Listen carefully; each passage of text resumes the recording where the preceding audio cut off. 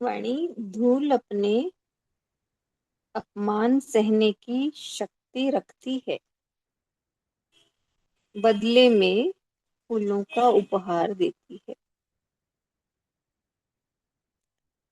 तो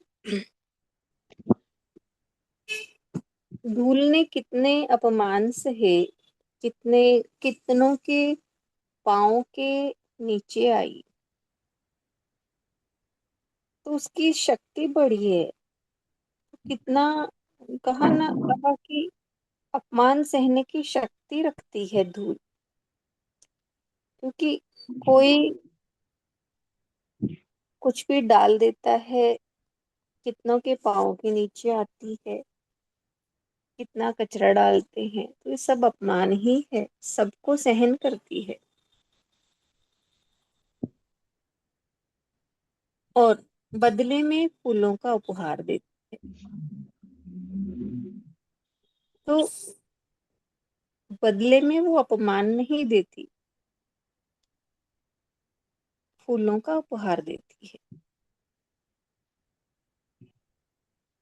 तो इसी तरह जिसके भीतर में शक्ति है सहन करने की,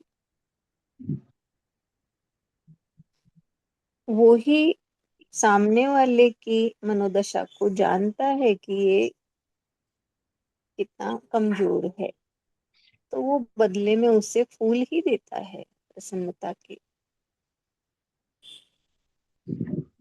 इसीलिए ये जो धूल है ये पूजनीय है।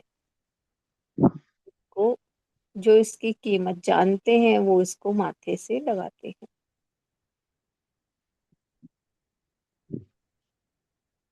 तो इस तरह बताया कि धूल अपने अपमान सहने की शक्ति रखती है। तो वो धूल अपमान से बिखरती नहीं, बल्कि उसकी शक्ति बढ़ती चली जाती है। जैसे एक सुना कल कि एक कांच टूट जाता है और एक कांच बुलेट प्रूफ बन जाता है। क्यों? क्योंकि उसको कभी ठंडा कभी गर्म, कभी ठंडा कभी गर्म, इस तरह से उसे बनाया जाता है, तो वो टूटता नहीं बल्कि बुलेट प्रूफ बन जाता है। तो ऐसे ही भगवान है।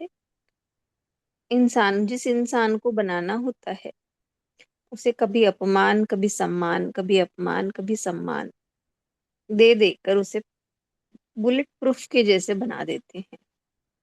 उसकी सहन शक्ति इतनी अधिक हो जाती है कि कोई गोली भी मारे तो वो भी बेकार चली जाती है।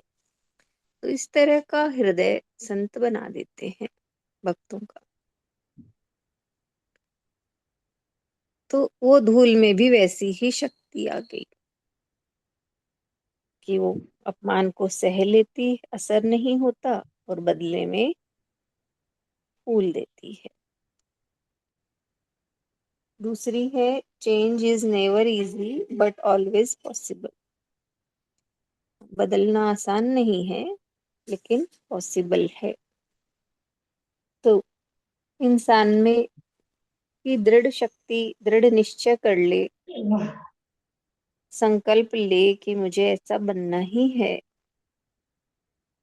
तो ये संभव है बदल जाना।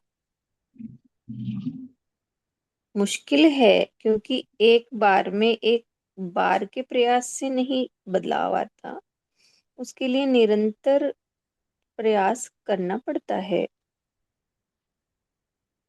तो बदलाव जरूर आता है। तो ये कोई सोचे कि परिवर्तन नहीं हो सकता तो हम नहीं करेंगे, किसी भी क्षेत्र में हम नहीं कर सकते, ये पॉसिबल नहीं है, ये सोच कर बैठ गए तो नहीं होगा। और अगर किया जा सकता है ये मान लें तो उसका एक एक कदम उठाया हुआ उसे मंजिल की ओर लेकर जाता है। तो चेंज आसान नहीं लेकिन हमेशा संभव है। तो ईश्वर के लिए भी यही हम सोचें कि पाना बहुत मुश्किल है, आसान नहीं है, लेकिन ये संभव है, क्योंकि کتنے ہی بھکتوں نے ایشور کو پایا ہے. تو یہ